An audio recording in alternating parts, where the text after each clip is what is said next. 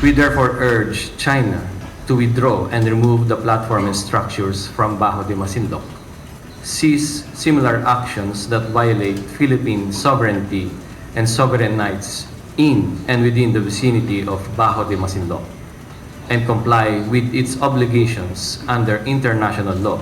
Ipinatatanggal ng National Task Force West Philippine Sea o NTF-WPS sa pamamagitan ng Department of Foreign Affairs ang inilagay na movable floating platform ng China sa loob ng lagunang Scarborough Shoal o Bajo de Masinloc. Bukod sa floating platform, natuklasan ang iba pang inilagay ng China gaya ng karagdagang mga boya at antena. Sa pamamagitan ng satellite imagery, makikita noong May 20, wala pang istruktura sa loob ng Bajo de Masinloc.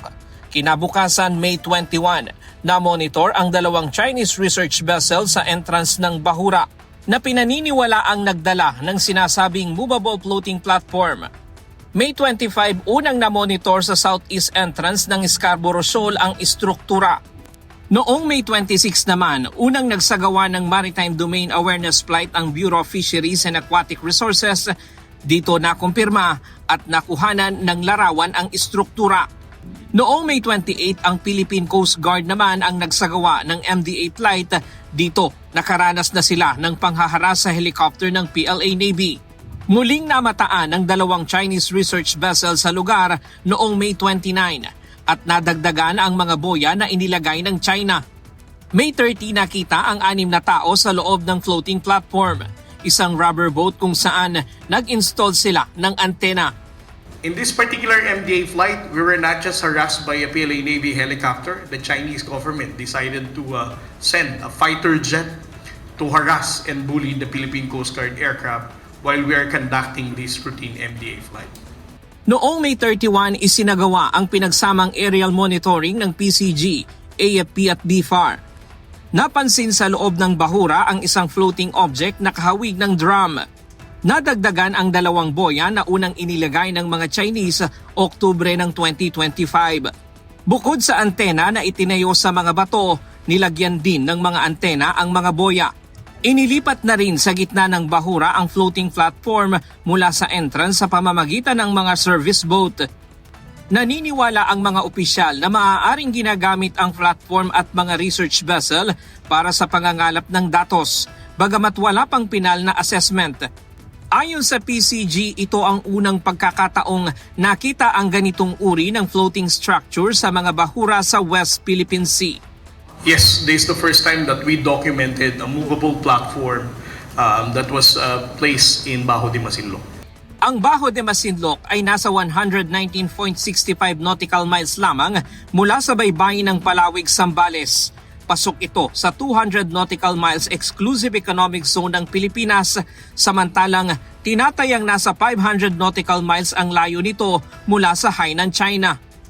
Ang Department of Foreign Affairs naghain na ng kaukulang demarche at diplomatic protest laban sa hakbang na ito ng China dahil paglabag ito sa soberanya at jurisdiksyon ng Pilipinas alinsunod sa international law.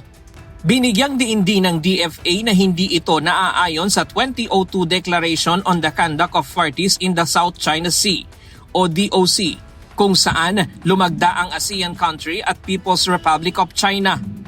The continued presence of the semi-permanent floating platform without consent or authorization is not only a violation of the sovereignty and jurisdiction of the Philippines, but is also inconsistent with international law, particularly the 1982 United Nations Convention on the Law of the Sea, or UNCLOS, and the 2016 award in the South China Sea arbitration.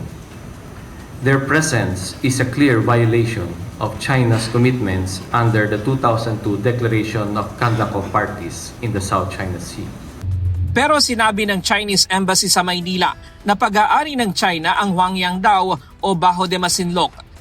Ayon sa China, kanila ang lugar at may karapatan silang gumawa ng mga aktibidad doon tulad ng scientific research. Hindi rin nila tinatanggap ang 2016 Arbitral Award at sinasabing wala itong bisa. Sabi ng National Maritime Council, idadaan nila sa mapayapa at legal na paraan ang pag-iit sa karapatan ng Pilipinas at muling iginiit na hindi isusuko ang anumang teritoryo ng bansa. Again, we will guarantee that the Philippine government will do everything on its part. Not sabi nga ng ating Presidente, we will not lose even square inch of our territory, even to a superpower. And we will pursue that through diplomatic channels, peaceful means, and in accordance with our national interest. Pinaigting naman ng AFP at PCG ang kanilang ginagawang monitoring sa Baho de Masinloc. Simula ng May 28 ay araw-araw na ang kanilang isinasagawang Maritime Domain Awareness Flight sa lugar. Yes, our patrols will continue. We have been engaging our partners and allies like-minded nations. At the same time, the modernization program is on track. So from the lens of defense and security, we are doing what we can in order to perform our mandate, and that will include preventing Baho de Masinloc from falling again or being developed again into another man-made island. Ryan Lacanlale, UNTV News and Rescue. Diyos ang aming sandigan, serbisyo publiko ang aming pinahahalagahan.